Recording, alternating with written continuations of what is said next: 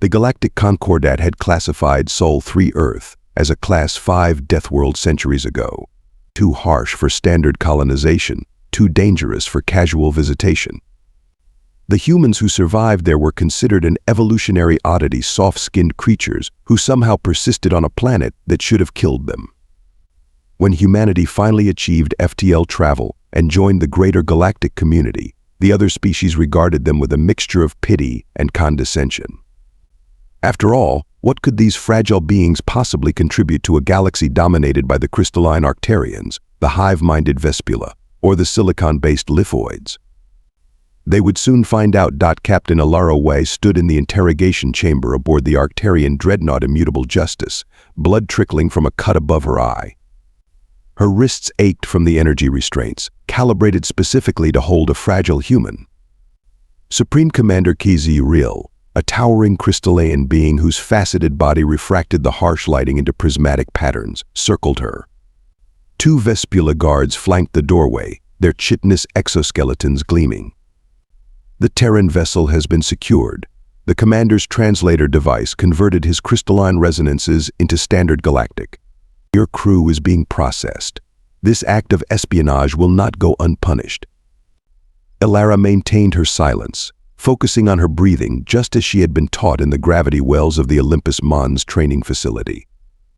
On Earth, she had survived the New Sahara's glass desert at 18, scaled the Marianas Trench Wall at 22, and endured the Siberian death zone for a full month at 25.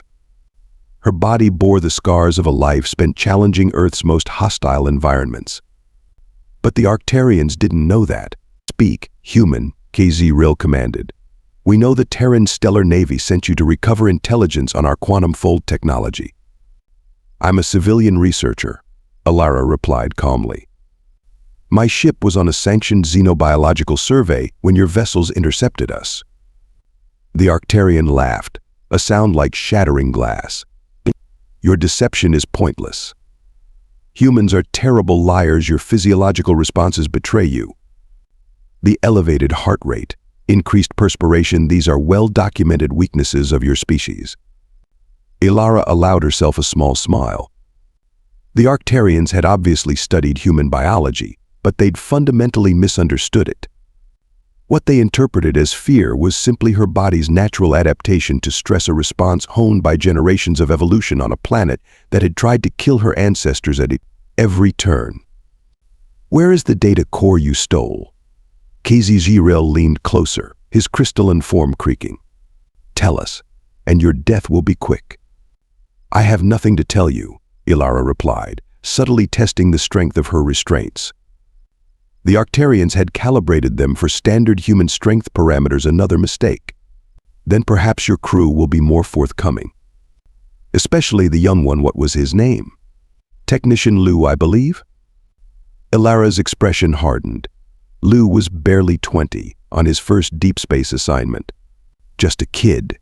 Leave him alone. He knows nothing. We shall see.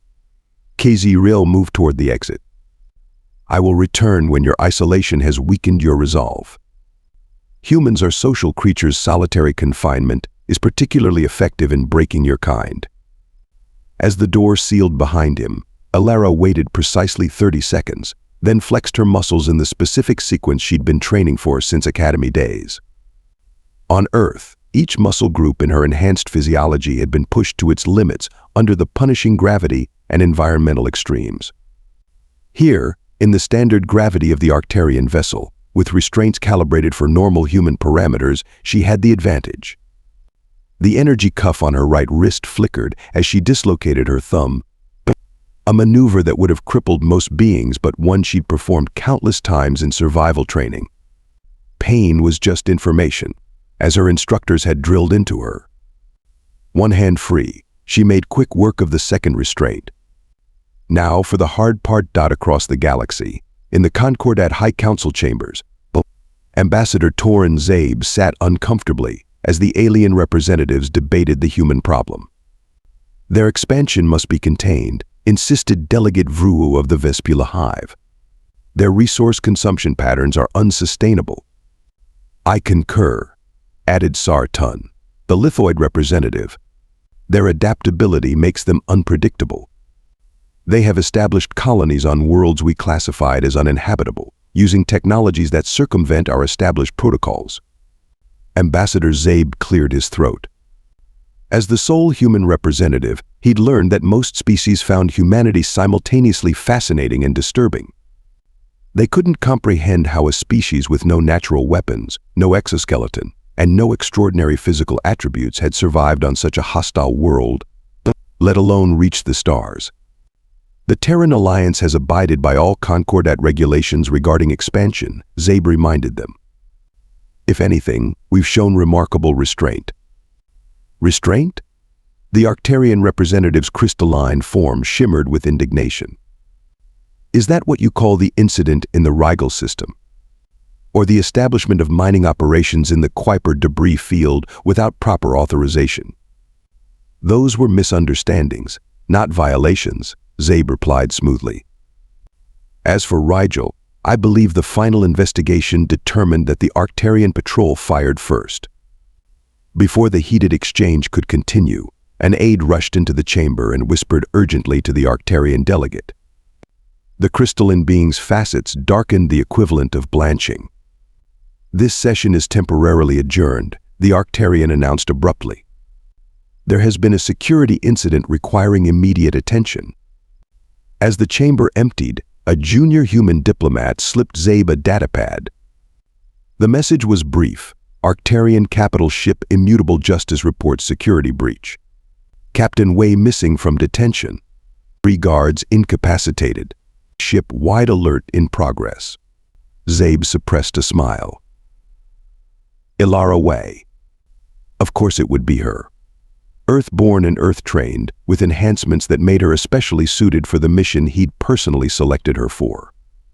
While the Concordat species might see humans as weak, they hadn't yet grasped the fundamental truth about Earth-born humans. Their greatest strength wasn't physical at all, but their relentless adaptability. He only hoped it would be enough. The ventilation shaft wasn't designed for any being's passage, but that hadn't stopped Ilara.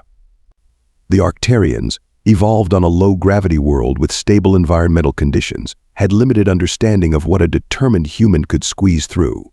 In navigating by memory from the ship's schematics she'd studied, Ilara worked her way toward the detention block. Every Arcturian vessel followed the same basic design principles, a product of their rigid, crystalline thinking. Predictable, exploitable.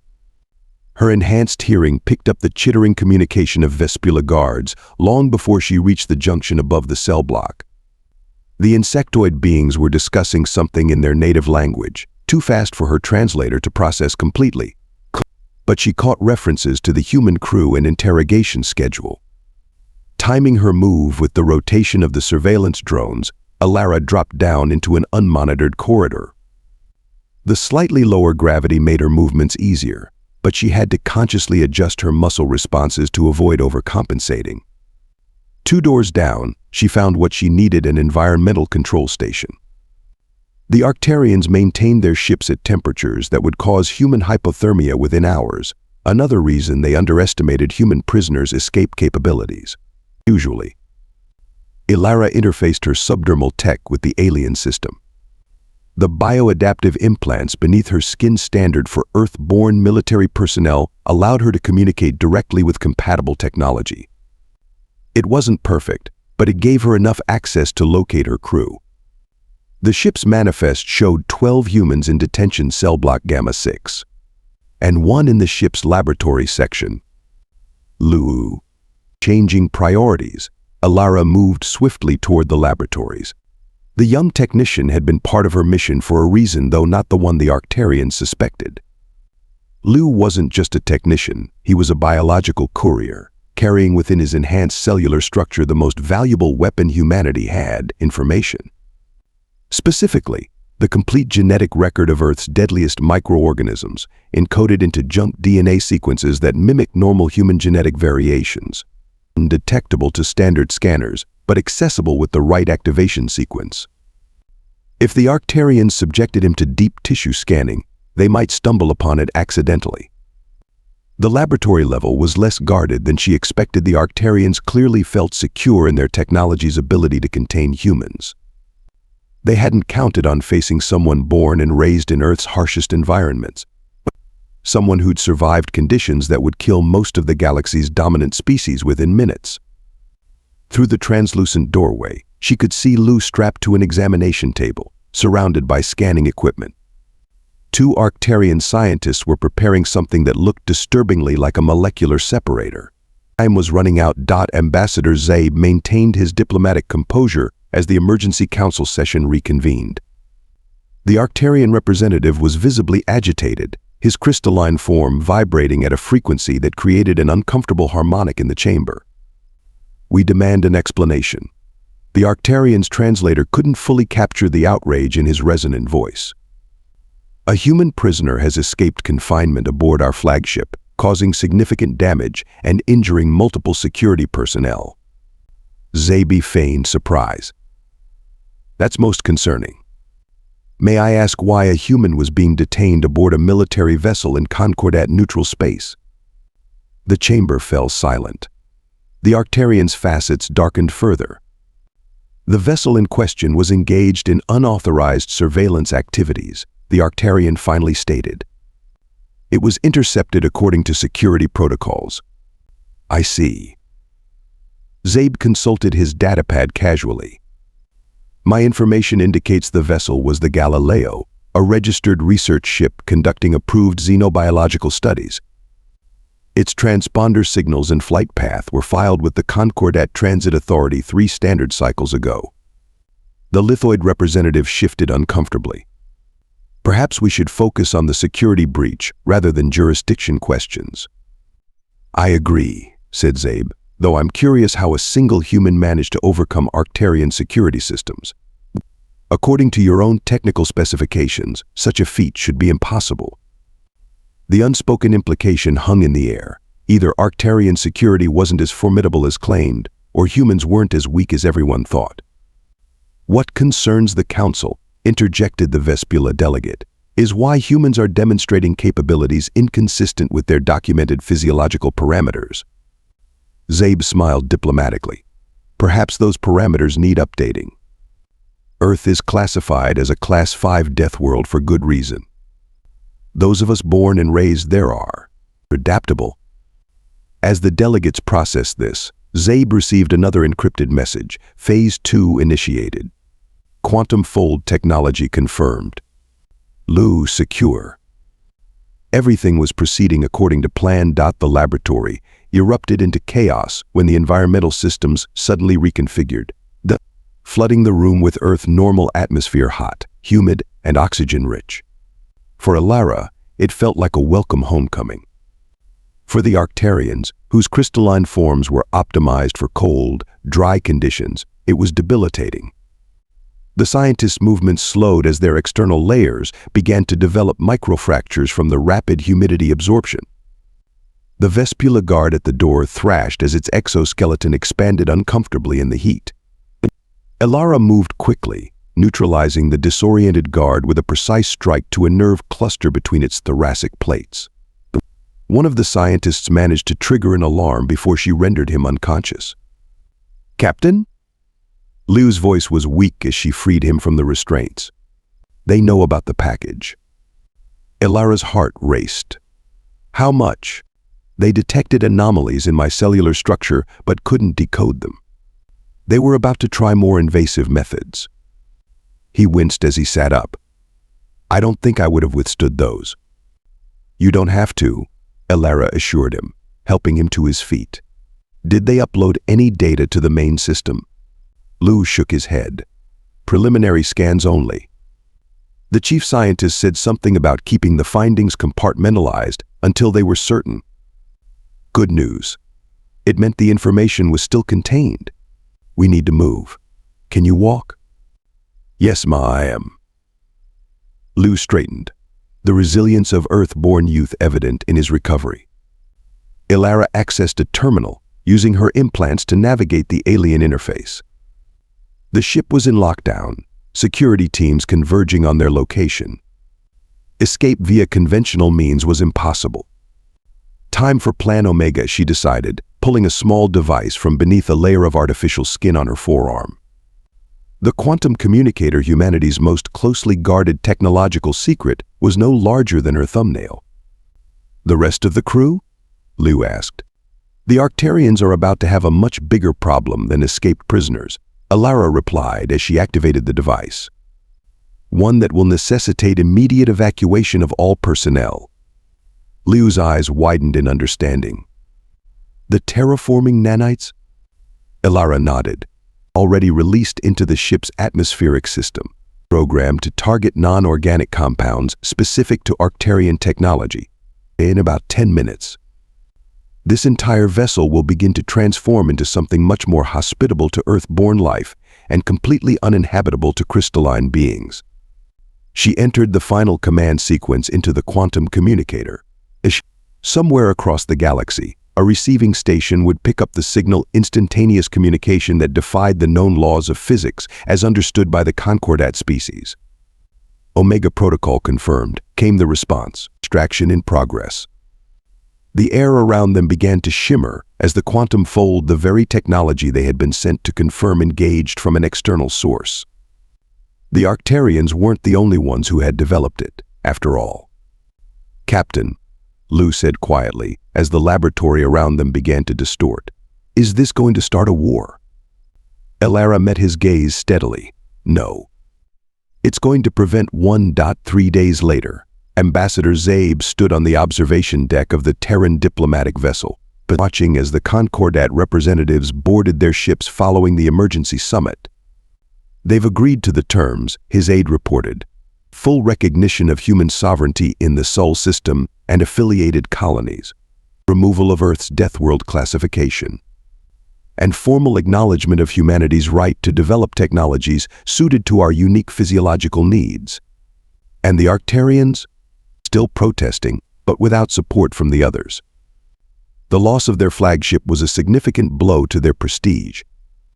The official story is that a catastrophic environmental system failure forced evacuation. Zabe nodded, satisfied.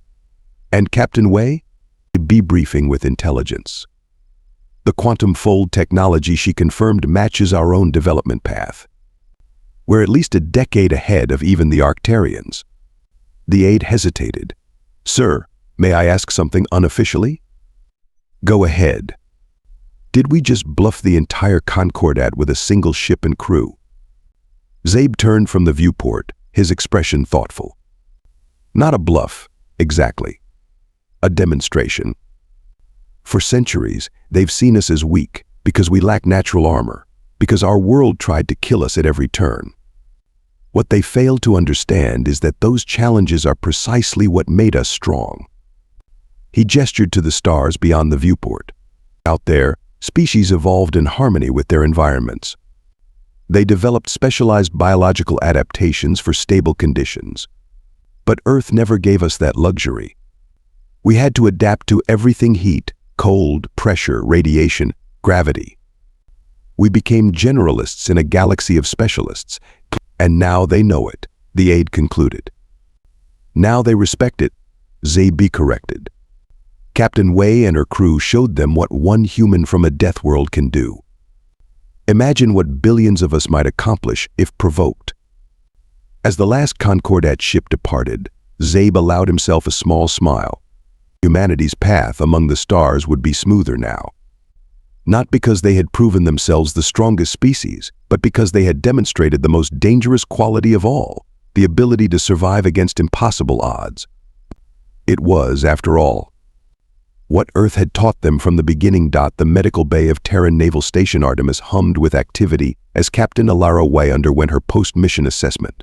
Holographic displays monitored her enhanced physiology, showing elevated levels of stress hormones and nanite activity, still repairing cellular damage from her escape.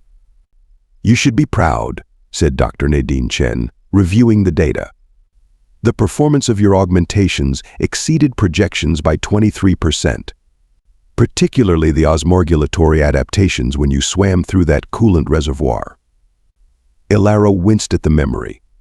The Arcturian coolant had been caustic enough to dissolve standard-issue military gear, but her skin's engineered barrier had held just long enough. "How's Lou?" she asked, changing the subject. "Stable. The genetic package is intact and already being analyzed." "What he carried?" Dr. Chen shook her head in amazement. "It's going to revolutionize our understanding of microbial adaptation.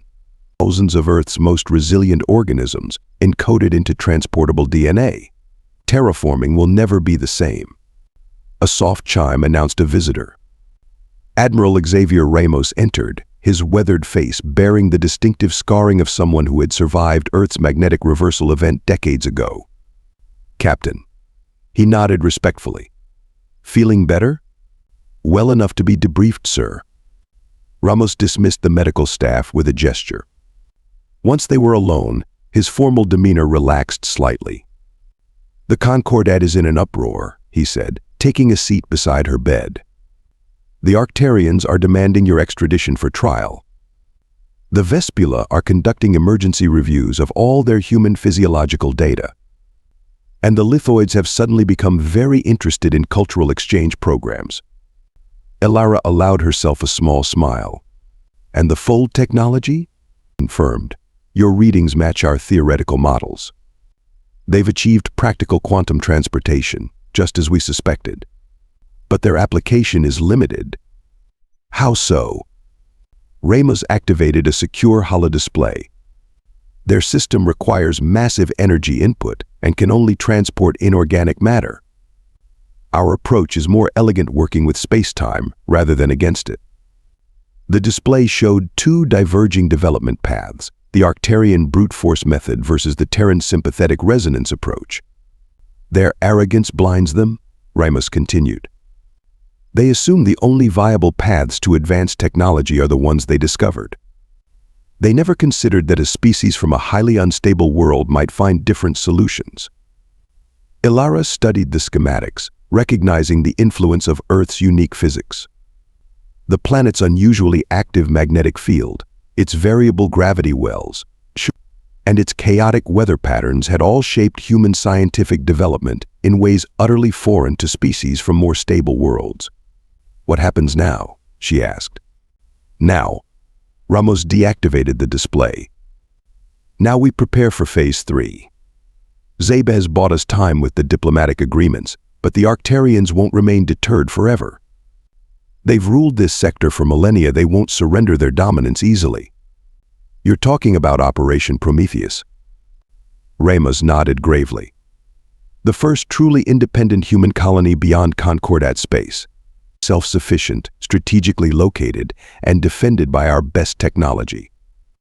A foothold among the stars that doesn't rely on alien sufferance. And they want me to lead it. It wasn't a question. You've proven yourself way. Not just your physical capabilities, but your judgment under pressure. The colonists will need that where they're going."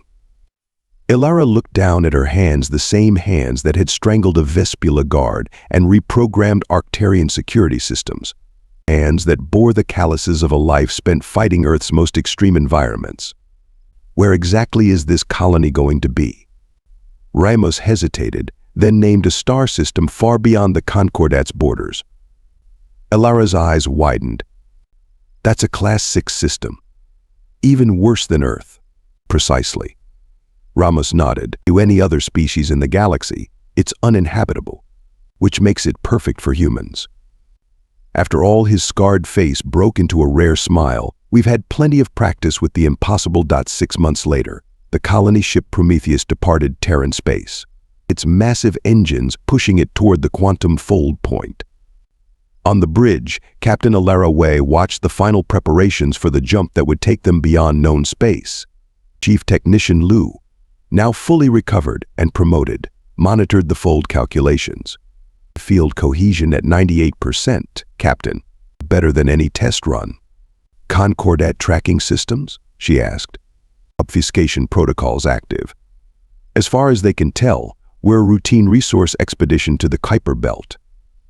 By the time they realize we're gone, we'll be 30 light years away." The bridge crew worked with quiet efficiency.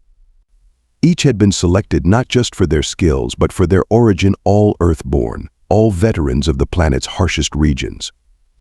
Some bore visible modifications, enhanced respiratory systems, reinforced skeletal structures, dermal adaptations for extreme environments. Once, humanity had seen these adaptations as necessary evils for survival on their punishing homeworld. Now, they recognized them as evolutionary gifts that prepared them for the challenges of space in ways their alien counterparts could never match. 2 minutes to fold initiation, announced the navigation officer. Alara opened a ship-wide channel. Attention all personnel. Final preparations for quantum transition.